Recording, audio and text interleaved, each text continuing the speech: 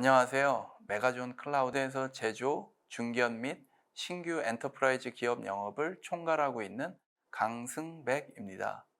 코로나19로 인한 비즈니스 및 업무 방식의 변화로 인해 많은 기업들이 디지털 전환, 혁신을 서두르고 있습니다.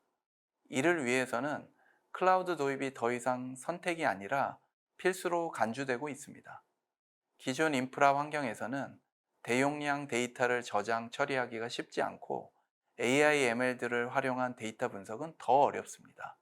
이런 이유로 인해 국내 및 아시아 넘버원 클라우드 MSP사인 메가존 클라우드에 문의하시는 많은 고객들도 클라우드로의 마이그레이션을 어떻게 시작해야 하는지에 대한 고민이 가장 많았습니다. 클라우드 마이그레이션은 단순히 온프렘의 하드웨어에서 클라우드로 옮기는 작업이 아니라 애플리케이션, 네트워크, 데이터베이스 등을 포함하는 작업입니다. 이에 더해 클라우드 도입에 따른 조직 및 문화까지 변화해야 하는 변화 관리로 보셔야 합니다. 예를 들어 인프라 비용에 있어서도 전통적인 접근 방식인 카펙스에서 오펙스 방식으로 바뀌어야 합니다. 클라우드 마이그레이션을 성공적으로 수행하기 위해서는 왜 클라우드로 이동해야 하는지에 대한 목적이 명확해야 합니다. 이를 바탕으로 클라우드 전환 로드맵을 계획하여 단계적으로 마이그레이션을 진행하는 것이 클라우드 도입의 성공의 핵심 요소입니다. 효과적인 마이그레이션을 위해 메가존 클라우드는 MSP 업체에서는 유일하게 매스 마이그레이션 센터라고 하는 100여 명이 넘는 전문 조직을 운영하고 있으며, 이를 통해 고객들에게 보다 체계적이고 성공적인 마이그레이션 서비스를 제공하고 있습니다. 이와 같은 노력으로 메가존 클라우드는 2022년 AWS로부터 올해의 마이그레이션 파트너상을 수상하였습니다. 또한 VMware를 사용하고 있는 많은 고객사분들이 하이브리드 클라우드 환경을 고민하시고 계십니다. VMware 온 AWS 클라우드 서비스를 활용하여 기존 인프라 환경의 변화를 최소화하면서 클라우드를 빠르게 도입할 수 있도록 도와드리고 있습니다. 이번 웨비나를 통해 메가존 클라우드가 제공하는 클라우드 마이그레이션 서비스, 방법론, 고객 사례 등을 통해 귀사의 클라우드 마이그레이션 전략을 세우시는데 도움이 되길 기대합니다. 또한 웨비나 참석 고객 중 5고객사를 대상으로 클라우드 마이그레이션 퀵 어세스먼트 서비스를 무상으로 제공할 예정이니 설문지를 작성해 주시기 바랍니다. 이상 메가존 클라우드의 강승백이었습니다. 고맙습니다.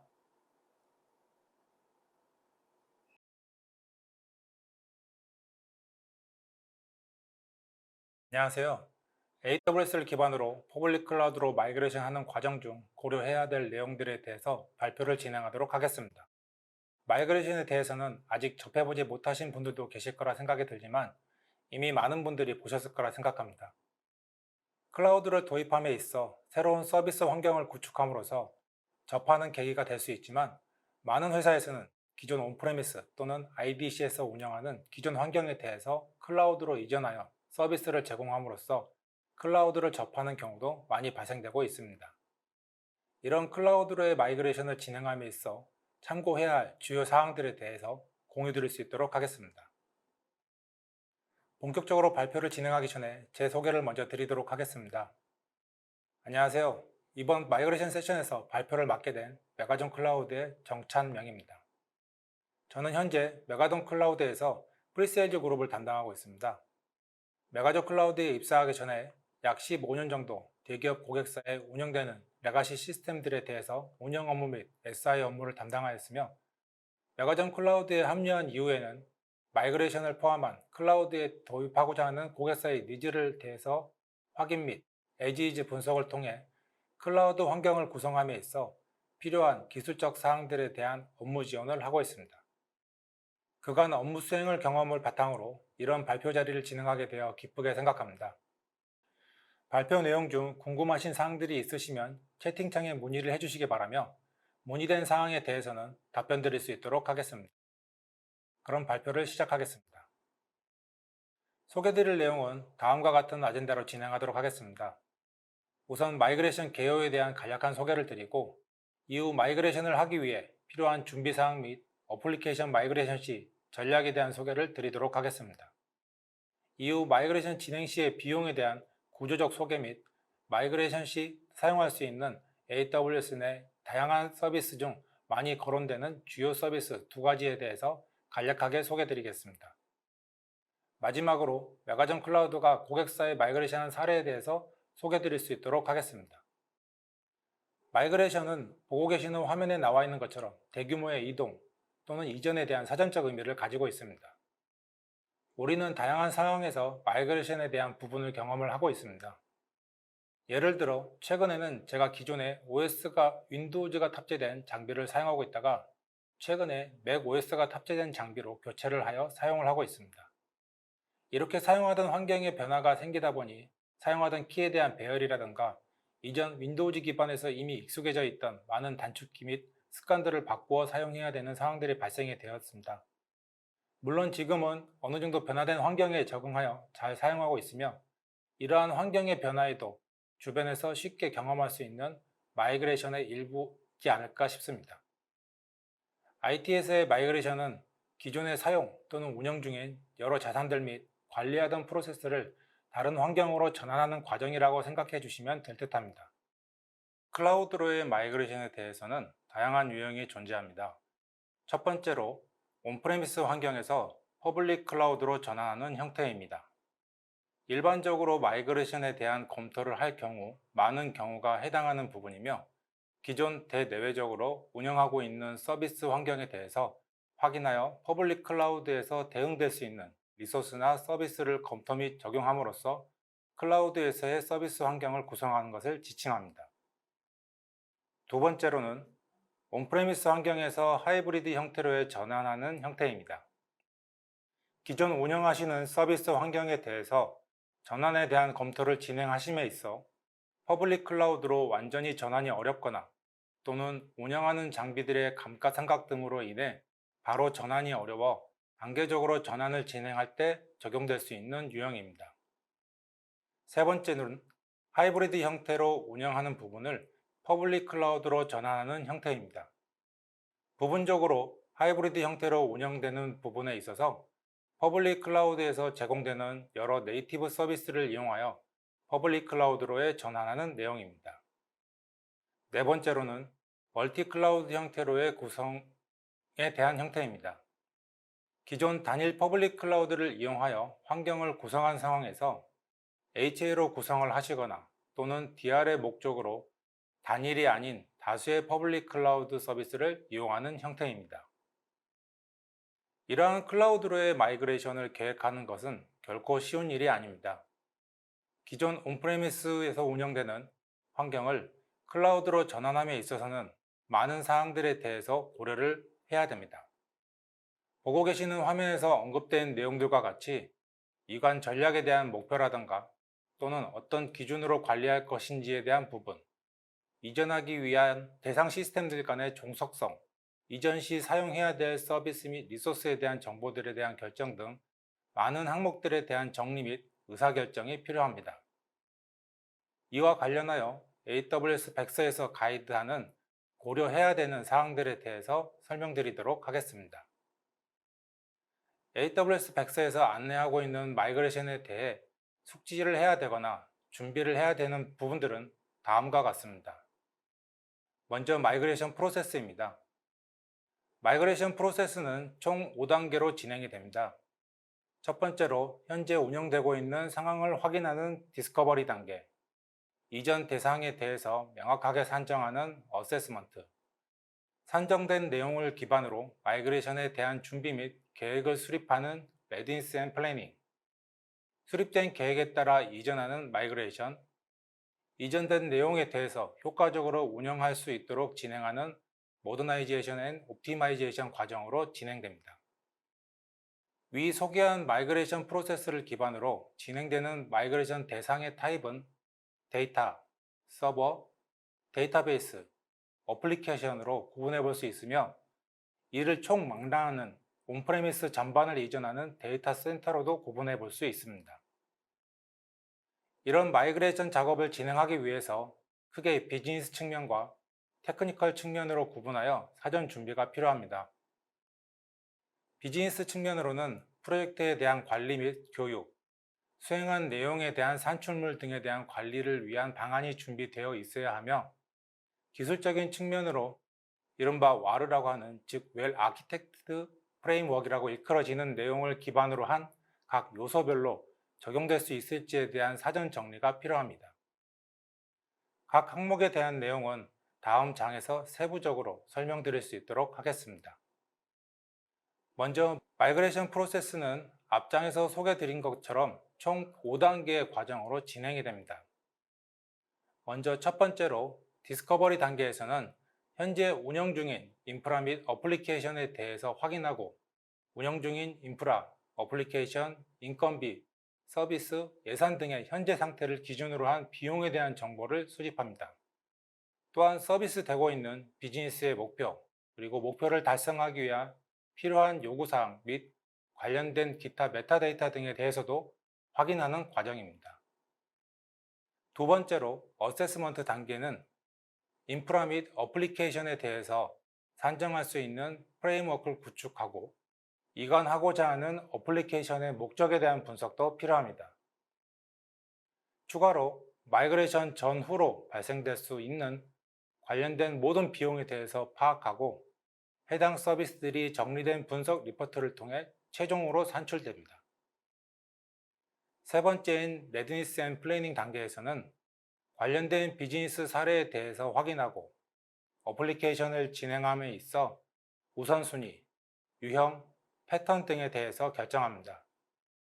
의사결정된 내용을 기반으로 실질적인 로드맵을 작성하여 마이그레이션을 진행함에 있어 소요되는 기간을 산정합니다. 이후 마이그레이션을 실행함에 있어 인프라 아키텍처 및 운영 중인 어플리케이션을 이관하기 위해 7R이라고 지칭하는 어플리케이션 마이그레이션 전략 등을 실행할 수 있는 세부 사항을 설계합니다. 최종적으로 해당 내용을 검증하기 위해 POC를 진행하여 수립된 계획 및 상세 내용에 대한 사전 점검을 진행합니다. 네 번째인 마이그레이션 단계에서는 세 번째 단계에서 수립된 상세 계획 내용을 기반으로 클라우드에 사용할 해당 규모에 맞는 인프라를 구성합니다. 인프라를 구성한 이후 대상이 되는 데이터, 데이터베이스, 어플리케이션 등을 자동화된 도구를 이용하여 이전하며, 변경된 코드 및 환경 정보에 대해서 문서화를 진행합니다. 마이그레이션이 진행 완료된 서비스에 대해서는 최종적으로 라이브로 전환할 것인지에 대한 의사결정을 진행하게 됩니다.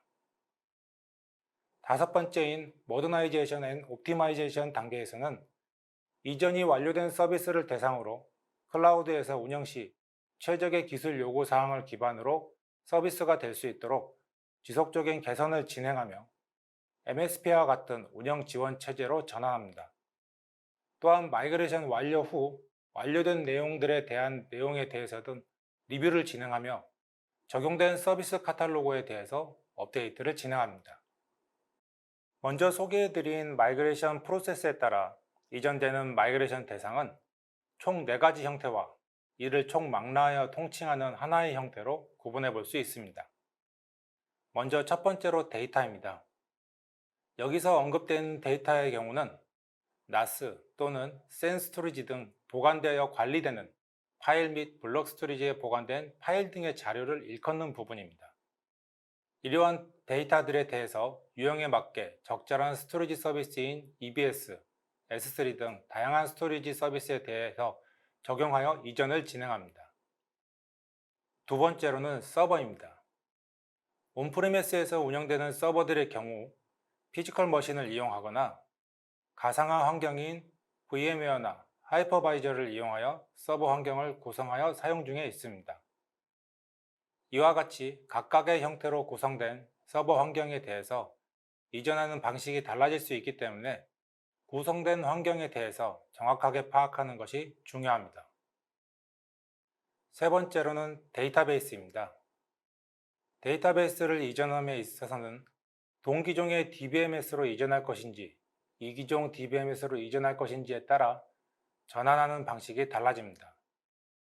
추가로 이전 데이터베이스에 대해서 1대1 형태로 이전되는 것이 아닌 통합 데이터베이스 형태로 이전 구성을 하게 될 경우에는 단순 이전의 형태가 아닌 복제에 대한 방법에 대해서도 같이 고려가 되어야 합니다. 또한 데이터베이스 환경을 구성함에 있어 클라우드 환경에서 제공되는 컴퓨팅 인스턴스 환경에 구성할 것인지 아니면 데이터베이스 플랫폼이 구성되어 있는 서비스를 이용할 것인지에 대한 의사결정도 필요합니다. 네 번째로는 어플리케이션입니다. 기존 운영되고 있는 어플리케이션을 이전하는 부분은 많은 고려가 필요합니다. AWS에서는 어플리케이션 마이그레이션을 위해 7가지 패턴에 대해서 제시하고 있으며 그 7가지 패턴은 Retain, Retire, Relocate, Rehost, Replatform, Repurchase, Refactor 또는 Re-architect 등이 있습니다. 이를 가르켜 7R이라고 지칭을 하는데요. 이 각각의 패턴에 대해서는 이후 다시 상세 설명을 드리도록 하겠습니다. 이제까지 언급된 모든 대상을 총망라하여 이전하는 대상을 데이터 센터라는 이름으로 지칭하고 있습니다. 모든 유형의 데이터, 서버, 데이터베이스, 어플리케이션 마이그레이션을 통해 온프레미스 데이터 센터를 클라우드로 마이그레이션하는 대규모 마이그레이션을 지칭하며 다른 용어로는 매스 마이그레이션, 올인 마이그레이션이라고 칭하고 있습니다. 이런 마이그레이션을 준비하기 위해서 요구되어지는 사항들이 있습니다. 크게 비즈니스 측면과 테크니컬 측면으로 나누어 볼 수 있는데요. 먼저 비즈니스 측면에 대해서 알아보도록 하겠습니다. 비즈니스 측면은 크게 7가지로 구분해 볼 수 있습니다. 먼저 첫 번째로 프로젝트 관리입니다. 마이그레이션 프로젝트를 진행함에 있어 여러 이해관계자들이 모여 수행을 하게 됩니다. 이런 여러 이해관계자들을 리드하여 프로젝트를 진행할 수 있도록 내부의 업무 담당자 또는 팀이 구성이 되어야 하며 프로젝트를 수행하는 내부팀 또는 조직, AWS 그리고 파트너사 간의 원활한 업무 진행을 위한 조율이 필요합니다. 서비스 라인의 요청 사항들에 대해서 조정하고 발생될 수 있는 여러 문제들을 해결할 수 있는 비즈니스 컨트롤러가 준비되어 있어야 합니다. 또한 확인된 절차들에 대해서 개선 및 보고할 수 있는 내부 라인이 정리되어야 하며 확인할 수 있는 내부 거버넌스 또는 법안 문서들이 준비되어 있어야 합니다. 두 번째로 원활한 프로젝트를 수행하기 위해 확인된 기술 인력의 참여가 필요합니다. 마이그레이션을 진행하게 되면 실제적으로 마이그레이션 및 테스트가 구현되어야 합니다. 따라서 이를 수행할 수 있는 솔루션 아키텍트, 데브옵스 전문가, DBA, 프로그래머와 같은 각 영역별로의 전문가가 참여될 수 있도록 해야 됩니다. 또한 웰 아키텍트 프레임워크에서 거론하는 5가지 필러를 기반으로 잘 설계된 아키텍처가 구성될 수 있도록 해야 됩니다. 웰 아키텍티드 프레임워크에서 거론하는 5가지 필러에 대해서는 다음 화면에서 다시 소개해 드리도록 하겠습니다. 세 번째로는 교육입니다. 해당 업무에 참여하는 내부 직원들의 경우에는 아직 클라우드 환경에 대해서 이해도가 부족할 수 있습니다. 따라서 마이그레이션 전후에 변경되는 인프라, 어플리케이션, 데이터베이스, 보안, 그리고 비용에 대한 확인 및 구성된 환경에 대한 운영 및 관리, 전반적인 거버넌스에 대해서 내부 직원이 원활히 대응될 수 있도록 관련된 교육이 필요합니다. 관련된 교육 대해서는 AWS의 교육센터를 통해 제공될 수 있는 공인교육 및 파트너사를 통해 지원될 수 있는 교육 프로그램들을 이용할 수 있습니다. 네 번째로는 평가입니다. 마이그레이션 프로젝트를 진행함에 있어서 팀 전체가 진행하는 프로세스, 진행되는 일정, 사용되는 솔루션, 프로젝트에 참여하는 파트너 등에 대한 관련된 피드백이 수집하고 이를 향후에 개선될 수 있도록 요구사항을 지원할 수 있도록 해야 됩니다. 여러 항목들에 대한 피드백을 통해 개선할 수 있는 환경을 위해서는 업무와 관련된 모두 이해관계자들에게 정보가 공유되어야 함은 기본으로 진행되어야 합니다. 다섯 번째로는 문서화입니다. 마이그레이션이 진행되는 각각의 단계, 이행되는 내용, 이로 인해 발생되어지는 여러 상태들에 대해서 모든 내용들에 대한 기록이 향후 다른 사람들이 참조할 수 있도록 해야 됩니다. 만들어지는 여러 문서들 중에서 최종 보고서의 경우에는 지금까지 진행된 모든 사항들에 대한 내용뿐만 아니라 앞으로의 개선 계획도 같이 포함이 되어야 합니다. 여섯 번째로는 참조 사례입니다. 마이그레이션 프로젝트를 진행함에 있어 여러 가지 이슈들이 발생될 수 있으며 다양한 서비스 및 솔루션을 사용할 수도 있습니다. 또한 외부 다른 서비스를 이용할 수 있는 등 다양한 상황들이 발생될 수 있습니다.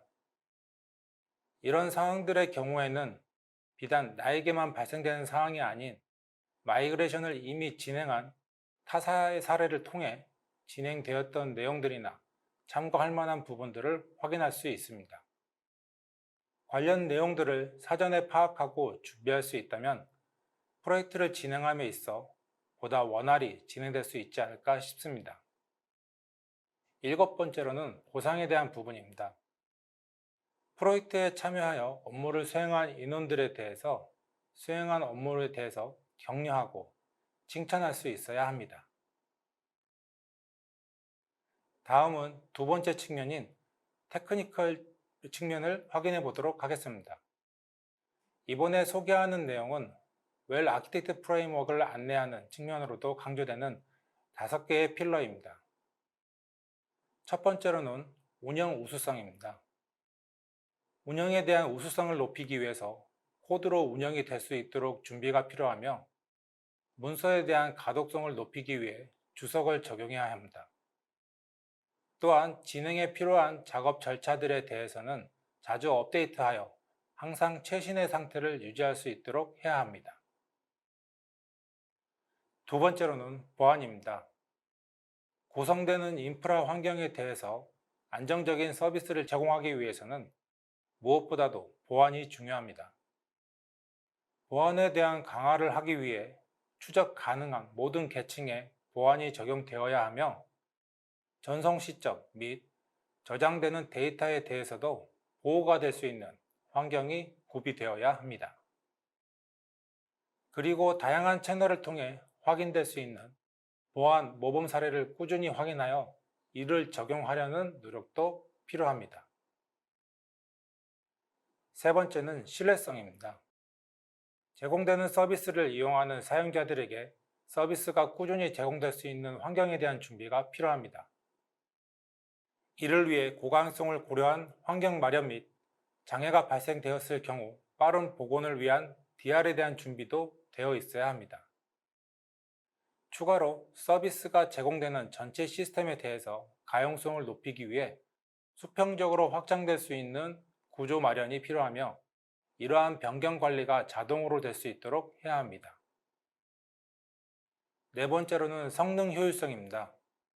성능 향상을 위한 제공되는 다양한 기술들을 활용하여 변경된 사항들이 보다 손쉽게 배포될 수 있는 환경이 마련되어야 하며 제공하는 서비스 중 해외에도 제공되어야 하는 서비스들이 있을 경우에도 보다 빠르게 적용될 수 있는 측면도 같이 고려되어야 합니다. 또한 변경된 내용들에 대해서 자주 검증을 통해 확인하고 적용될 수 있도록 해야 합니다. 마지막 다섯 번째로는 비용 최적화입니다. 클라우드를 이용하게 되면 발생되는 비용은 사용한 만큼 지불하는 종량제 모델을 제공하고 있습니다. 이러한 소비 모델이 최대한 적용될 수 있도록 해야 하며 AWS에서는 제공되는 관리 서비스 및 액세스별로 다른 스토리지를 사용하여 발생하는 사용 비용에 대해서도 절감할 수 있는 방안을 모색해야 됩니다. 그리고 지속적으로 발생되는 비용에 대해서도 분석하여 효과적으로 사용할 수 있는 방안에 대해서도 검토해야 합니다. 지금까지 마이그레이션을 진행하기 위해 필요한 프로세스 및 마이그레이션 되는 타입, 그리고 비즈니스 및 테크니컬적인 측면에 대해서 고려해야 될 요소들에 대해서 소개드렸습니다. 위 사항들에 대해서 소개드린 내용 중 어플리케이션 마이그레이션 시 적용할 수 있는 7R에 대해서 언급한 부분이 있으며 해당 내용에 대해서는 별도로 소개를 드리겠다고 말씀드렸는데요. 언급된 7R에 대해서 소개드릴 수 있도록 하겠습니다. 7R은 리로케이트, 리호스트, 리플랫폼, 리퍼체이스, 리팩터, 리아키텍트, 리테인, 리타이어 등 통칭하여 지칭하는 용어로서 기존에 운영 중인 어플리케이션에 대해서 이전 시 어떤 방법을 선택하냐에 따라 적용되는 방식이 달라집니다. 이제부터 각각의 방법에 대해서 소개드릴 수 있도록 하겠습니다. 첫 번째로 소개드릴 방법은 리로케이트입니다. 이 접근 방식에서 새 하드웨어를 구입하거나 어플리케이션을 다시 작성하거나 기존 작업을 수정하지 않고 기존 시스템을 사용하는 인프라를 클라우드로 재배치하는 방법을 의미합니다. 이 어플리케이션 마이그레이션 전략은 VMware 클라우드 온 AWS만 해당되며 기존 온프레미스 환경에서 인프라를 운영 시 VMware를 사용하던 고객을 위해 좀 더 빠르게 클라우드에 적용할 수 있는 어플리케이션 마이그레이션 전략이 될 수 있습니다. 기존 운영하던 환경에 대해서 최대한 유사한 형태로 AWS상에 구성할 수 있으며 이 어플리케이션 마이그레이션 전략은 온프레미스 환경과 AWS 간 가상 머신 호환성, 워크로드 이식성 등을 지원하는 VMware 클라우드 온 AWS에 해당됩니다. 인프라를 VMware 클라우드 온 AWS로 마이그레이션 할 때 온프레미스 데이터 센터에 VMware 클라우드 파운데이션 기술을 사용할 수 있습니다. 두 번째로 소개해드릴 방법은 리호스트입니다. 리호스트는 리프트 앤 시프트라고도 하는 어플리케이션 전략입니다. 클라우드로 마이그레이션 하기 위한 여러 가지 방법 중 가장 빠르게 적용할 수 있는 형태이며 적은 노력으로 어플리케이션 그리고 사용할 수 있는 소프트웨어 및 데이터를 클라우드로 이동합니다. 리호스트 마이그레이션의 장점은 제시되는 여러 가지 방안 중 빠르게 적용할 수 있으며 기존의 환경에 대해서 큰 변동사항 없이 그대로 클라우드로 이전하여 사용할 수 있는 방법이기 때문에 많은 고객사에서 마이그레이션 시 선택하는 방안이기도 합니다. 세 번째로 소개해드릴 방법은 리플랫폼입니다. 리프트, 띵크 앤 시프트라고도 하는 리플랫포밍은 기존 운영되는 레거시 어플리케이션을 거의 그대로 이동하지만 일부 구성 요소를 교체하여 클라우드의 기능을 활용하는 작업이 포함됩니다. 많은 경우 여기에는 자체 호스팅 인프라에서 관리된 서비스를 전환하는 것이 포함될 수 있으며 클라우드에서 조금 더 자유롭게 확장할 수 있습니다. 조금 더 쉬운 예를 들어보자면 기존 서버에 직접 설치하여 사용하던 DBMS에 대해서 AWS에서 제공하고 있는 매니지드 서비스인 동일 엔진이 탑재된 RDS로 전환하여 적용하는 것을 예시로 들 수 있습니다. 네 번째로 소개해드릴 방법은 리퍼체이싱입니다. 리퍼체이싱은 기존 운영되는 어플리케이션을 동일하게 유사한 기능을 제공하는 다른 솔루션으로 대체하는 전략입니다. 마이그레이션 노력은 라이브 데이터 마이그레이션의 요구사항과 옵션에 크게 의존을 하는데요. 온프레미스에서 사용할 수 있는 공급업체의 제품에 대한 동일 공급업체에서 제공되어지는 일부 SaaS 대체품 또는 서비스의 경우에는 적은 노력으로 또는 자동으로 데이터를 신속하게 마이그레이션하는 옵션을 제공하기 때문에 활용할 수 있는 방법입니다. 다만 이 방식은 맞춤형 어플리케이션에 적합하지 않을 수 있는 단점이 있음은 참고해 주시기 바랍니다. 다섯 번째로 소개해드릴 방법은 리팩토링입니다. 재설계 또는 재구축이라고 하는 리팩토링에는 어플리케이션의 구성 요소를 좀 더 작은 빌딩 블록, 마이크로 서비스로 분해하고 컨테이너 플랫폼에 배포하기 위해 컨테이너로 포장하는 작업이 포함됩니다. 일반적으로 가장 높은 변환 비용을 초래하거나 또는 오랜 일정이 걸릴 수 있는 전략입니다. 그러나 클라우드를 최적화하여 사용할 수 있으므로 클라우드 고유의 이점을 얻을 수 있고 어플리케이션이 미래에 대비할 수도 있습니다. 이렇게 하면 영향을 받는 응용 프로그램이 대체 응용 프로그램 아키텍처를 사용하는 리팩터링이 될 수 있습니다. 여섯 번째와 일곱 번째로 소개해드릴 방법은 리테인 및 리타이어입니다.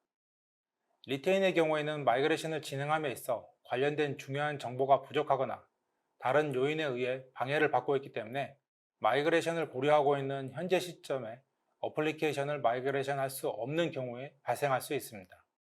예를 들어 대기시간 요구사항, 제공하고 있는 비즈니스 업계에 준수해야 되는 규정에 대한 이유 또는 마이그레이션을 진행했을 때의 이점이 투자 비용과 노력을 능가하지 않기 때문일 수 있습니다. 그러나 기술 또는 규정 준수 환경이 변경되었을 수 있으며 이러한 상황이 발생되면 클라우드로 언제든지 다시 이전할 수 있기 때문에 해당 어플리케이션에 대해서는 이전을 위한 지속적인 점검이 필요합니다. 리타이어 전략은 명시적으로 단계적으로 제거해야 되는 응용 프로그램을 대상으로 합니다. 이는 어플리케이션이 제공하는 비즈니스 기능이 더 이상 필요하지 않거나 중복으로 제공될 때 의미가 있을 수 있습니다. 클라우드 환경에서 지원되지 않는 레거시 운영체제 및 어플리케이션에 대해서는 클라우드 마이그레이션 프로젝트를 진행 시 해당 어플리케이션 포트폴리오를 선별하고 사용되지 않는 어플리케이션을 줄일 수 있는 기회로 삼아야 합니다. 지금까지 클라우드로 마이그레이션을 진행 시 준비해야 될 사항 및 고려 및 검토해야 되는 항목들에 대해서 소개를 드렸습니다. 이러한 방법론적인 내용도 중요하지만 무엇보다도 이로 인해 발생할 수 있는 비용 및 운영 시점에서의 비용에 대한 절감에 대해서도 많은 관심이 있을 걸로 보여집니다. 클라우드로 마이그레이션을 진행하는 기간 동안에는 기존 온프레미스에서 운영 시 발생되는 비용보다 총 전환 비용이 많이 발생될 수 있습니다. 전환 시점에 발생되는 비용들의 경우에는 일회성 비용으로 발생하는 항목들이 대부분이며 전환 계획 컨설팅, POC, 전환 인건비, 마이그레이션 툴 사용료, 운영 인력 교육 비용, 추가적으로 필요한 소프트웨어 라이센스 재구매 및 변경 등에 대한 비용이 발생할 수 있습니다. 다만 클라우드로의 이전이 완료된 이후에는 해당 비용은 일회성이 아닌 운영 측면에서의 비용으로 발생되며 대표적인 항목들로는 서비스 제공을 위해 사용되는 서버 비용, 저장 장치 및 백업 서비스, 데이터베이스 서비스, 네트워킹 및 관련된 AWS 비용들, 그리고 매니지드 오퍼레이션 서비스에 대한 비용 등이 있습니다. 운영 비용에 대해서는 지속적인 비용 최적화 및 사용하고 있는 환경에 대한 최적화 작업을 통해 궁극적으로 절감할 수 있는 포인트가 있습니다. 초기 클라우드의 마이그레이션은 먼저 소개해드렸던 어플리케이션 방식 중 리호스트 방식으로 적용되는 경우가 많기 때문에 기존 온프레미스에서 운영되는 발생되는 비용과 큰 차이가 나지 않을 수 있습니다. 다만 화면에서 보고 계시는 것과 같이 클라우드로의 마이그레이션 시 완료된 이후에는 사용되는 자원에 대해서 지속적인 모니터링을 통해 사용률 분석을 통한 리소스 및 자원에 대한 최적화를 진행하고 비용 절감의 포인트를 가져갈 수 있으며 AWS에서 제공하고 있는 비용 절감 항목인 리저브드 인스턴스를 이용하거나 또는 세이빙스 플랜을 적용하시게 된다면 보다 효과적인 비용 절감의 이점을 누릴 수 있습니다. 이후에는 AWS에서 제공되는 클라우드 네이티브 서비스를 이용하여 기존 리소스 및 자원에 대해서 대체하거나 최적화된 시스템 설계 및 재구성이 이루어진다면 조금 더 비용에 대한 절감을 적용해 볼 수 있습니다. 지금까지 클라우드로의 마이그레이션을 진행 시 준비해야 될 사항, 고려 및 검토해야 되는 항목, 그리고 비용에 대해서 안내드렸습니다. 이러한 마이그레이션을 효과적으로 진행하기 위해서는 여러 가지 다양한 서비스들이 제공되고 있습니다. AWS에서도 관련된 많은 서비스들이 제공되고 있는데요. 마이그레이션 시 사용되는 주요 서비스에 대해서 소개해 드리도록 하겠습니다. 마이그레이션 시 이전되는 대상의 타입으로 데이터, 서버, 데이터베이스, 어플리케이션 등이 있으며 전체를 지칭하는 데이터 센터가 있다고 말씀드렸는데요. 이 각각의 타입들에 대해서 이전 시 사용되는 여러 관련 서비스 중 많이 활용되고 있는 어플리케이션 마이그레이션 서비스와 데이터베이스 마이그레이션 서비스에 대해서 소개하겠습니다. 아시는 분도 계시겠지만 이전에 AWS 제공되는 서비스 중 클라우드 인듀어라는 서비스가 있습니다. 해당 서비스의 경우 리호스팅 방식에서 사용되는 대표적인 서비스인데요. 안타까운 점은 22년 6월 말을 기점으로 마이그레이션 라이센스가 더 이상 발급되지 않아 사용할 수 없게 되었습니다. 이를 대체하기 위해 출시된 서비스가 AWS 어플리케이션 마이그레이션 서비스입니다. 온프레미스에서 운영되는 이전 대상이 되는 각 서버들의 에이전트를 구성하고 해당 서버에 장착이 되어 있는 디스크에 저장되어 있는 내용들을 AWS로 복제를 진행합니다. 초기 대상 서버의 전체 볼륨에 대해서 복제가 진행된 이후 변동된 사항이 있을 경우 증분 형태로 복제가 진행되며, 복제가 완료된 이후 복제된 내용에 대해서 AWS 인프라에 지정된 환경 정보를 기반으로 EC2에 런칭할 수 있는 부분까지 작업을 진행할 수 있습니다. 기존에 구성된 내용에 대해서 복제하여 재구성하는 형태이기 때문에 빠르게 마이그레이션을 진행하고자 하는 고객사에 많이 활용된 서비스이기 때문에 마이그레이션을 검토하고 계신 고객사에서는 해당 서비스에 대한 활용에 대해서도 같이 검토해 보시면 좋을 듯 합니다. 어플리케이션 마이그레이션 서비스의 경우 다양한 환경에 대해서 지원을 하고 있습니다. 화면에서 보고 계시는 것처럼 리눅스, 윈도우즈 등 다양한 종류의 OS 환경에 대해서도 지원하고 있으며, 운영되고 있는 인프라 환경에 대해서도 피지컬 서버이거나 또는 VM웨어로 구성된 환경에서도 사용이 가능하며, AWS가 아닌 다른 CSP에서 운영되고 있는 대상에 대해서도 AWS로 이전 시 활용될 수 있습니다. 해당 인프라 환경 내에 운영이 되는 오라클, MSSQL, MySQL 등 다양한 DBMS 및 어플리케이션에 대해서도 이전에 대한 지원을 하고 있습니다. 다만 해당 서비스를 이용할 경우 명시된 제품군들 중에서 하위 버전의 경우에 대해서는 지원되지 않는 경우가 있으니, 실제 사용하기 전에 기존 사용하고 있는 소프트웨어들의 버전에 대해서도 지원이 되는지에 대한 확인은 반드시 필요합니다.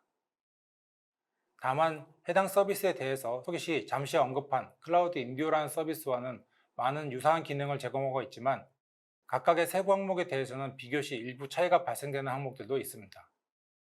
예를 들어 기존 클라우드 인디오의 경우 콘솔 및 API만 활용할 수 있었다면, 어플리케이션 마이그레이션 서비스의 경우에는 별도의 콘솔이 아닌 AWS 콘솔 내에서 같이 제어를 할 수 있으며, API 및 SDK, CLI 등을 통해서도 제어할 수 있습니다. 또한 어플리케이션 마이그레이션 서비스의 경우 vCenter 6.7, 7.0 버전에 대해서는 별도의 에이전트를 구성하지 않고도 사용할 수 있는 부분들이 있습니다. 기존의 클라우드 인디오라는 서비스에 대해서 인지하고 있는 상황이시라면 어플리케이션 마이그레이션 서비스를 새롭게 이용하시게 될 경우 제공되는 기능에 있어서 차이가 있으니, 사용하기 전 미리 확인해 보셔서 사용하고자 하는 기능이 제공되는지에 대한 점검을 해보시기 바랍니다. 다음은 AWS 데이터 마이그레이션 서비스인 DMS는 관계형 데이터베이스, 데이터 웨어하우스, NoSQL 데이터베이스 및 기타 유형의 데이터 저장소를 쉽게 마이그레이션 할 수 있는 클라우드 서비스입니다. AWS DMS를 사용하여 데이터를 AWS 클라우드 또는 클라우드와 온프레미스 설정의 조합 간에 마이그레이션을 할 수 있습니다. AWS DMS를 사용하면 일회성 마이그레이션을 수행하고 지속적인 변경사항을 복제하여 소스와 대상을 동기화 상태로 유지할 수 있습니다. 다른 데이터베이스 엔진으로 마이그레이션을 하려는 경우 AWS 스키마 컨버전 툴을 사용하여 데이터베이스 스키마를 새 플랫폼으로 변환할 수 있습니다. 그런 이후 AWS DMS를 사용하여 데이터를 마이그레이션합니다. AWS DMS는 AWS 클라우드의 일부이므로 AWS 서비스가 제공하는 비용 효율성, 출시 속도, 보안 및 유연성을 얻을 수 있습니다. 기본 수준에서 AWS DMS는 복제 소프트웨어를 실행하는 AWS 클라우드의 서버입니다. 소스 및 연결 대상을 생성하여 AWS DMS의 추출 및 로드할 위치를 알려주고, 그런 다음 이 서버에서 실행되는 작업을 예약하여 데이터를 이동합니다. AWS DMS는 대상의 데이터 및 연결된 기본키가 없는 경우는 자동으로 생성을 합니다. 원하는 경우 대상 테이블을 직접 사전 생성할 수도 있고요. 또는 AWS 스키마 컨버전 툴을 사용하여 대상 테이블, 인덱스, 보기, 트리거 등의 일부 및 전체를 생성할 수 있습니다. 지금까지 AWS 클라우드로 마이그레이션 시 진행해야 될 프로세스 및 고려해야 될 여러 사항, 그리고 마이그레이션 진행 시 활용할 수 있는 주요 서비스에 대해서 소개해 드렸습니다. 마지막으로 AWS 파트너사로서 메가존 클라우드에 대해서 간략하게 소개하고 마무리하고자 합니다. 메가존 클라우드는 2012년도부터 AWS 파트너사로서 클라우드 사업을 진행하였습니다. AWS 파트너로서 클라우드 사업을 진행하기 위해서는 여러 분야에 대한 컴피턴시를 확보해야 되는데요. 메가존 클라우드는 화면에서 보고 계시는 것처럼 다양한 분야의 컴피턴시를 보유하고 있으며 이 중에서 마이그레이션 컴피턴시도 보유하고 있어 여러 고객사들의 AWS 클라우드로 마이그레이션을 진행하는 업무를 지원하고 있습니다. 지금까지 소개해드린 AWS에서 안내하고 있는 마이그레이션의 다양한 내용들을 기반으로 마이그레이션을 진행하기 위한 자체적인 방법론 및 프레임워크를 보유하고 있으며 최초 클라우드를 도입하는 시점부터 마이그레이션을 진행하는 과정의 대응, 마이그레이션 이후 최적화 과정까지 전 과정에 대한 업무를 지원할 수 있으며 각 단계별로 진행 시 필요한 솔루션 아키텍트, 데브옵스, DBA 등 전문가 집단을 보유하고 있습니다. 그간 진행해온 여러 고객사의 마이그레이션 사례 중 대표적인 사례에 대해서 소개해드리겠습니다. 해당 고객사의 경우 전사 마이그레이션을 목표로 진행이 되었으며 초기 에지지에 대한 구조 개선 진단 컨설팅을 바탕으로 나온 내용을 기반으로 고객사에서 운영되는 전 영역에 대해서 마이그레이션을 진행하였습니다. 전사 마이그레이션을 목표로 진행이 된 프로젝트인 만큼 오랜 시간이 소요되었지만 고객사와 협의 및 정리된 내용을 기반으로 프로젝트를 수행하였으며 마이그레이션 완료된 이후에도 지속적인 최적화 및 운영 업무에 대해서도 같이 지원이 되고 있는 사례입니다. 해당 고객사의 경우에는 AWS에서 제시되고 있는 마이그레이션 표준 방법론인 MRP를 적용하여 진행된 사례입니다. 해당 방법론을 통해 디스커버리 단계부터 랜딩존, 운영 모델 등에 대해 애자일 형태의 마이그레이션이 수행되었으며 MRP 단계에서 분석한 어세스먼트 내용을 기반으로 사전 준비, 테스트, 구축, 검증, 전환 등 5단계 절차로 수행된 사례입니다. 추가로 클라우드 활성화를 위한 조직의 역량 강화 프로그램을 수행 및 교육 과정을 도출하였으며 이를 기반으로 내부 임직원의 역량 강화를 위해 지원하였습니다. 지금까지 AWS 클라우드 마이그레이션에 대한 내용을 간략하게 정리하여 설명드렸습니다. 클라우드를 이용하는 부분에 있어서 가장 많이 사용되고 있는 방안이 클라우드로의 마이그레이션이며 이에 대해서 내부적으로 검토를 많이 하고 계실 거라고 생각이 됩니다. 다만 구체적으로 어떤 것부터 시작해야 할지 고민을 하고 계신 분들이 많이 계실 거라고 생각되는데요. 저희 메가존 클라우드에 연락을 주시면 고객의 환경을 분석하여 클라우드로 마이그레이션을 진행할 수 있도록 지원해 드리겠습니다. 준비한 내용은 여기까지이며 시청해주신 많은 분들께 감사드립니다. 지금까지 발표를 맡은 메가존 클라우드의 정찬영이었습니다. 감사합니다.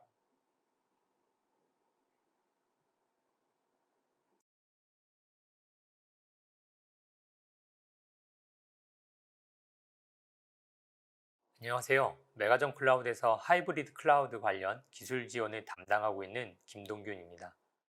오늘은 하이브리드 클라우드 서비스 VM웨어 클라우드 온 AWS를 만나다라는 주제를 가지고 약 25분간 하이브리드 클라우드에 대해 소개해 드리도록 하겠습니다. 오늘 참석자분들은 VM웨어보다는 AWS가 더 익숙하신 분들이 많이 계실 것 같아서 먼저 하이브리드 클라우드란 무엇인가, 그리고 하이브리드 클라우드 솔루션인 VM웨어 클라우드 온 AWS에 대해 소개시켜 드리고 VM웨어 클라우드 온 AWS로 마이그레이션이 얼마나 빠르고 간편한가에 대한 소개, 그리고 마지막으로 메가존 클라우드와 AWS 그리고 VM웨어가 어떤 식으로 함께 일하고 있는지 말씀드리도록 하겠습니다. 먼저 VM웨어 클라우드 온 AWS에 대해 소개해 드릴 텐데요. VM웨어 클라우드 온 AWS라는 말이 좀 길어서 오늘 세션에서는 VMC라는 단어와 섞어서 부르도록 하겠습니다.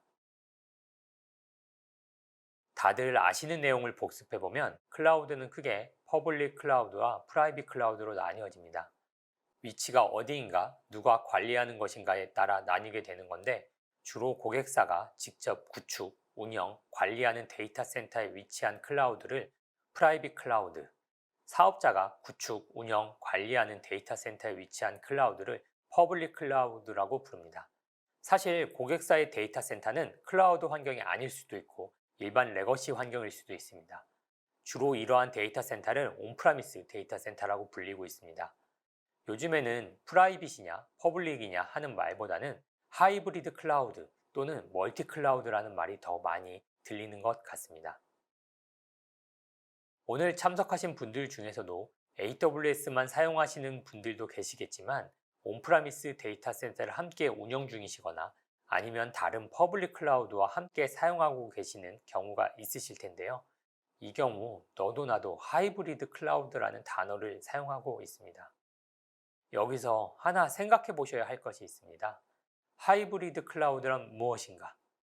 대부분 온프라미스를 사용하면서 AWS를 함께 쓰면 그걸 하이브리드 클라우드라고 포장하는 경우가 많은데요. 그건 하이브리드 클라우드라기보다는 멀티 클라우드입니다.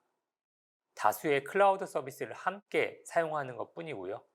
아무리 워크로드가 흩어져 있다고 해도 그건 멀티 클라우드라고 정의하셔야 합니다.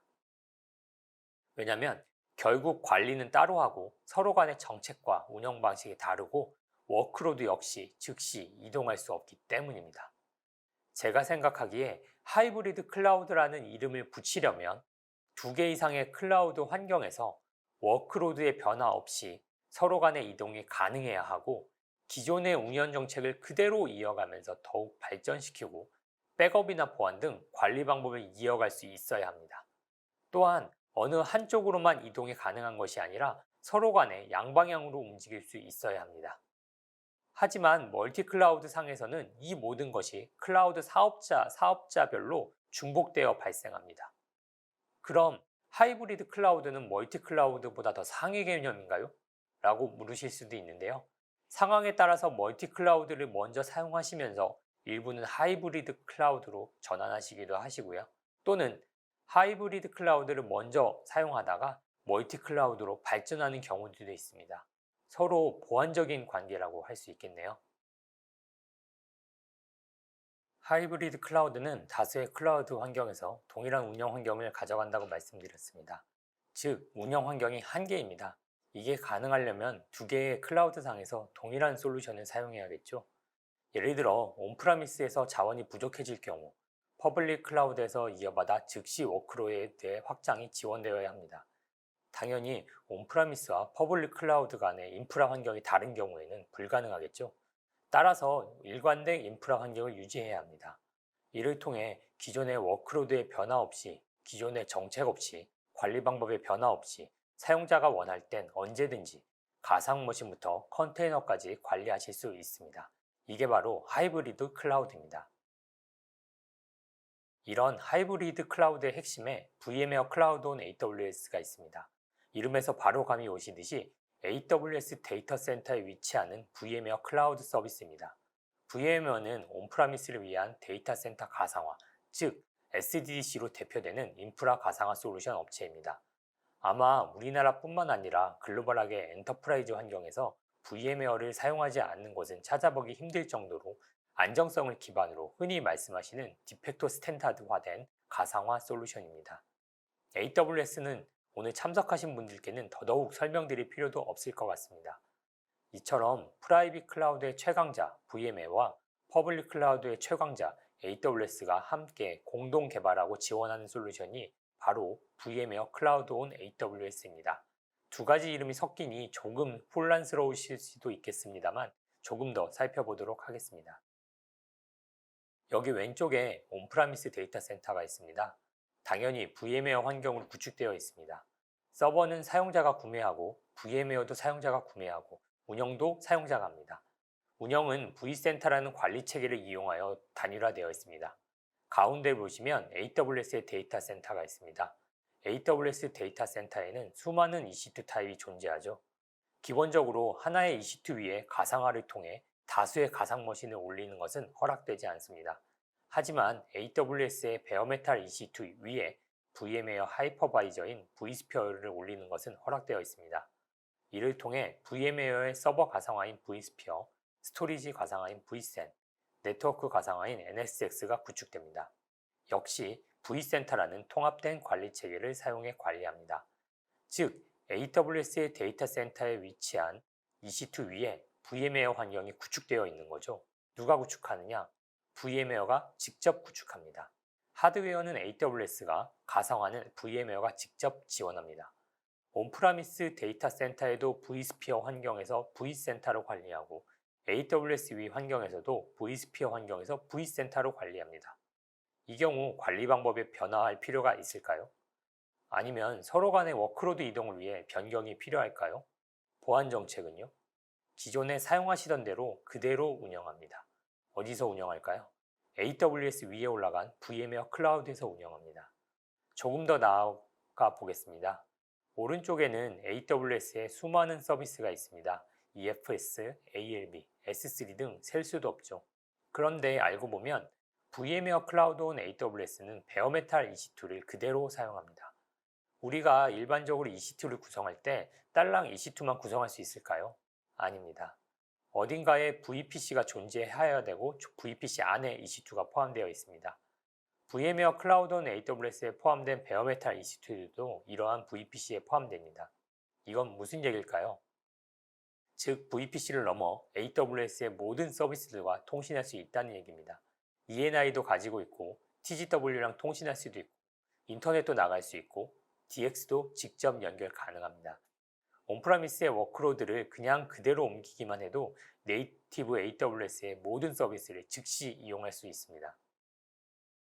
기본적으로 vSphere는 VMware 기반의 워크로드를 주로 관리하는데요. 여기서 끝일까요? VMware는 피보탈이라는 파스 전문 회사를 인수하고 VMware 클라우드에 통합시켰습니다. 탄주라고 불리우는 쿠버네티스 전용 플랫폼입니다. 탄주는 VMware 클라우드 온 AWS 뿐만 아니라 네이티브 AWS에서도 또 다른 퍼블릭 클라우드에서도 잘 돌아갑니다. 온프라미스에서는 당연하고요. 탄주는 오픈소스 쿠버네티스를 그대로 가져다가 엔터프라이즈 레벨의 지원까지 해주는데 이 비용까지 VMware 클라우드에서는 별도로 청구되지 않습니다. 2017년 VMware 클라우드 온 AWS가 처음 생겼을 때는 가상화 기반이었는데 경쟁력 있는 가격으로 더욱 많은 기능이 업그레이드되고 있습니다. 즉, VMware 클라우드 온 AWS는 AWS의 데이터 센터에서 VMware의 SDDC가 구축되는 것이고 이를 통해 온프라미스의 운영 방식을 그대로 유지할 수 있습니다. 또한 온프라미스와 AWS의 동일한 가상화 플랫폼이니까 워크로드도 언제든 이동 가능합니다. 여기에 네이티브 AWS의 모든 서비스도 가져다 쓸 수 있죠. 거기에 VM뿐만 아니라 컨테이너까지 엔터프라이즈 수준으로 지원합니다. 이 모든 게 VMware 클라우드 온 AWS에 포함되어 있습니다. 국내는 아니지만 외국의 컨설팅 업체에서 실제 서비스에 대한 비용 절감 효과를 조사해 보았더니 기존 온프라미스 데이터 센터 운영 대비 59%의 비용 절감이 발생했습니다. 데이터 센터 상면이나 물리적인 보안의 위험의 감소는 물론이고 버전 업그레이드, 패치, 운영자 관리, 장애 처리 등 모든 시간적 비용까지 절감되었고요. 마이그레이션도 어떤지 한번 볼까요? 대부분의 마이그레이션은 다수의 단계를 거치게 되어 있습니다. 하지만 VMware 클라우드 온 AWS는 온프라미스에 VMware만 있다면 오늘 밤에도 옮기실 수 있습니다. IP도 안 바꾸고 말이죠. 사실 요즘엔 온프라미스에 VMware가 없어도 넘겨줍니다. 더 강력해졌습니다. 이런 하이브리드 클라우드 솔루션을 어떤 경우에 쓸 수 있을까요? 온프라미스의 업무를 운영하는데 특정 일자에만 서버가 더 필요해요. 퍼블릭 클라우드에서 이야기하는 오토 스케일링입니다. 퍼블릭에서는 당연한데 온프라미스에서도 가능한가요? 할 수가 없죠. 어플리케이션은 그렇다고 치더라도 확장할 서버가 없잖아요. 그럼 AWS 데이터 센터로 확장한다면요. 거기 서버 많잖아요. 필요할 때 언제든 확장하여 사용하고 다 쓰면 다시 제거합니다. 그게 바로 클라우드입니다. 두 번째, 업무별로 옮기지 못하는 것들이 있습니다. 라이센스 이슈도 있고 법적인 이슈나 내부 규정 등의 다양한 이유 때문입니다. 서버도 수명이 다해가고 새로 서버를 구매해서 데이터 센터를 유지하는 게 답일까요? 아니면 단계별로 신규 서버 구매 대신에 VMware 클라우드로 옮기고 IT 자산 관리에 쏟을 여유를 모아 본업인 비즈니스에 집중하는 게 더 이득일까요? 답은 아실 것 같습니다. 세 번째, DR을 구축하려면 데이터 센터에 물리적인 공간도 필요하고 거기에도 안 쓰는 장비도 똑같이 구매해 두잖아요. 실제 발생할지 안 할지도 모르는 상황 때문에 IT 자산뿐만 아니라 부동산까지 더 필요한 거예요. 그럼 VMware 클라우드가 DR이 되어준다면 어떨까요? 온프라미스의 모든 데이터는 항상 DR로 동기화되고 있으며 DR 상황이 발생했을 때 더 크게 확장할 수도 있습니다. 장비도 구매하지 않아도 되고 부동산도 필요 없습니다. 마지막으로 네이티브 AWS의 다양한 서비스들과 연동이 필요한데 온프라미스는 너무 멀잖아요.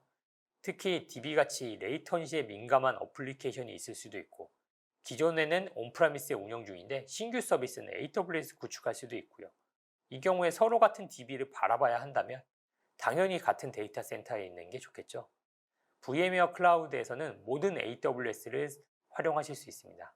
사실 이 네 가지 경우 말고 더 많은 사례들이 있지만 대표적인 사례들만 말씀드린 거예요. 그냥 예시로 그림을 한번 그려봤습니다. 사용자는 IGW를 통해 들어오고 와프나 쉴드 같은 보안 서비스를 이용하고 있고요.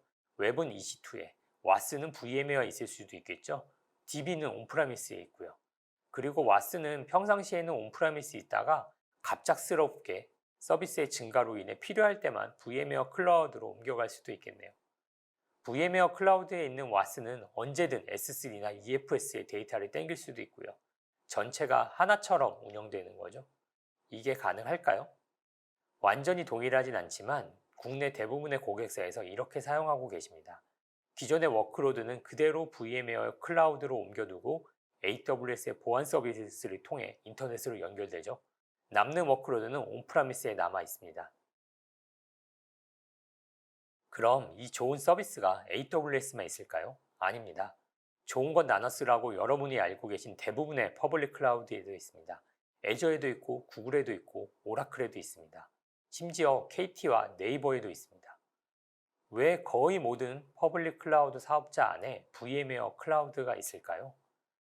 모두들 온프라미스에서 VM웨어의 파워가 어느 정도인지 알고 있고 하이브리드 구축을 위한 최적의 방법을 알고 있는 겁니다. 그럼 VM웨어 클라우드는 AWS는 다른 퍼블릭 클라우드와 무엇이 다를까요? 먼저 국내 리전이 있습니다. 없는 데도 있을까요? 당연히 타 클라우드사에는 없는 데도 있습니다. 두 번째, VM웨어의 전문 SRE 팀이 직접 운영합니다. VM웨어 클라우드인데 VM웨어가 직접 운영합니다. 다른 클라우드는요, VM웨어들의 파트너사를 통해 운영합니다. VM웨어가 직접 운영하면 새로운 기능이나 서비스가 생기면 제일 먼저 도입되고요. 보안 이슈들에 대한 패치도 제일 먼저 지원됩니다. 예를 들어 작년 말 로그4j 같은 문제가 생겼을 때 제일 먼저 패치되었습니다. VM웨어 클라우드인데 VM웨어가 직접 운영하면서 기술 지원도 직접 한다. 그 자체만으로도 엄청난 장점입니다. 그럼 VM웨어 클라우드를 통한 하이브리드 클라우드에 대해서는 다들 인지하셨을 테니 어떤 식으로 마이그레이션이 이루어지는지 살펴보도록 하겠습니다. 앞서 마이그레이션 절차 등에 설명해 주신 것처럼 마이그레이션에는 많은 준비가 필요합니다. 또한 모든 워크로드가 마이그레이션 될 수 있는 것도 아닙니다. 하지만 VMC에서는 마이그레이션을 위한 방법까지도 함께 제시합니다. 이를 통해 VM이 켜진 상태에서 이동한다던가 100개 이상의 워크로드들을 동시에 넘긴다던가 하는 일들이 가능해집니다. 그럼 다시 돌아가서 앞선 시간에도 이야기 드린 세븐 마이그레이션에 대한 부분입니다. 이 중에 리로케이트와 리호스트가 VMC의 경우에 해당합니다. 물론 온프라미스에서 VM웨어를 사용 중이시라면 리로케이트가 발생하고 VM웨어를 사용하고 있지 않을 경우에 리호스트가 주로 발생합니다. 그 차이는 앞서 참석하신 세션에서 확인하신 내용과 동일합니다. VMC의 리호스트는 기존에 가상화되지 못한 서버나 어플리케이션을 새로운 가상머신 형태로 변환시켜 가져가는 것이고, 리로케이트는 기존의 가상머신 단위로 하이퍼바이저의 위치만 바꾸면 되는 것입니다. 이 모든 마이그레이션은 HCX라는 솔루션을 통해 이루어집니다. 모든 VMC에는 HCX라는 아주 강력한 서비스가 기본으로 포함되어 있습니다. 이 서비스를 통해 VM웨어 클라우드 위로 워크로드들을 이동합니다. VMC에서 HCX를 배포하고 온프라미스의 데이터 센터에서 HCX를 배포하고 VM웨어 클라우드 온 AWS와 연결하고 넘기시기만 하면 됩니다. 여기서의 배포라는 것은 패키지화 되어 있고 IP나 단순한 최소한의 설정만으로 구성 가능한 상태입니다. HCX가 배포되고 나면 온프레미스와 VMC 간의 워크로드는 언제든지 양방향으로 이동할 수 있습니다. 국내 고객사 중에는 온프라미스에 7개가 넘는 V센터에 HCX를 설치해 두시고 필요할 때마다 VM웨어 클라우드 온 AWS로 넘기고 계신 곳도 있고요. 현재 저희가 마이그레이션 진행 중인 해외 고객사 중에는 타 퍼블릭 클라우드 업체에 구축된 VM웨어 클라우드 업무를 HCX를 이용하여 VM웨어 클라우드 온 AWS로 넘기고 있습니다. 이 HCX는 단순히 마이그레이션만 하는 게 아니라 복제되는 파일을 일일이 검사하여 중복 제거하고 전송되는 패킷을 압축하여 전송합니다. DX로 가면 제일 좋겠지만 VPN이나 일반 인터넷망을 통해서도 가능합니다. 서로 간에 vSphere 버전이 달라도 마이그레이션 가능합니다. HCX는 똑똑하게 마이그레이션합니다. HCX는 플랫폼을 가리지 않습니다. vSphere 환경이라면 더욱 쉽게 가능하고 만약 VM웨어 환경이 아니다 하더라도 가능합니다. 가끔 문의받는 것도 말씀드리면 단종된 OS의 경우에도 VM웨어 환경에서 사용 중이시라면 AWS 위로 마이그레이션합니다.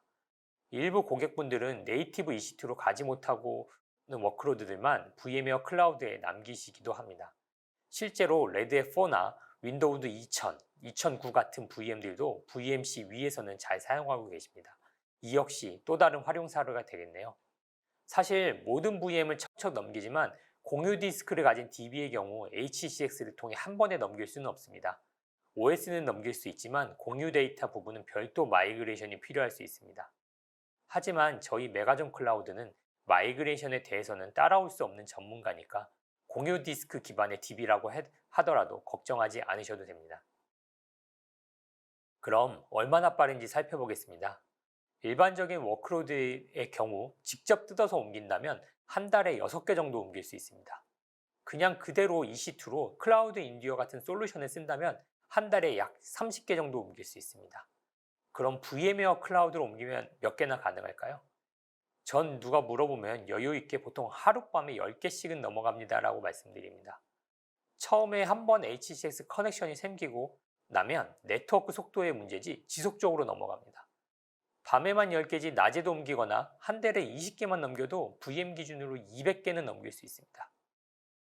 작년에는 고객이 생각하신 워크로드의 이전 속도보다 너무 빨리 옮겨가서 처음 계획보다 40% 이상의 VM을 더 넘긴 사례도 있었습니다.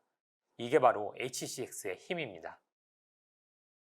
그럼 메가존 클라우드와 VM웨어 클라우드 온 AWS와는 어떤 일을 함께 하고 있는지 살펴보고 마무리하도록 하겠습니다. 저희 메가존 클라우드에서는 온프레미스부터 AWS까지 통합적인 MSP 서비스를 제공합니다. 하이브리드를 위한 VMC 역시 하나의 AWS 내에 위치하는 서비스이기 때문에 전담 MSP 팀을 운영 중에 있습니다. 또한 원하시면 온프레미스의 하드웨어도 퍼블릭 클라우드처럼 사용 영향에 따른 월비용으로 제공해 드립니다. 물론 당연히 VM웨어를 기반으로 구성되며 하이브리드 클라우드 구성까지 포함되어 있습니다. 이러한 하드웨어와 서비스를 위해 저희는 델과 함께 DMZ 클라우드 스택을 제공합니다. 온프라미스에서 제공되는 VM웨어 클라우드 솔루션이고 당연히 VMC와 하이브리드 클라우드 구성까지 모두 검증되어 있습니다.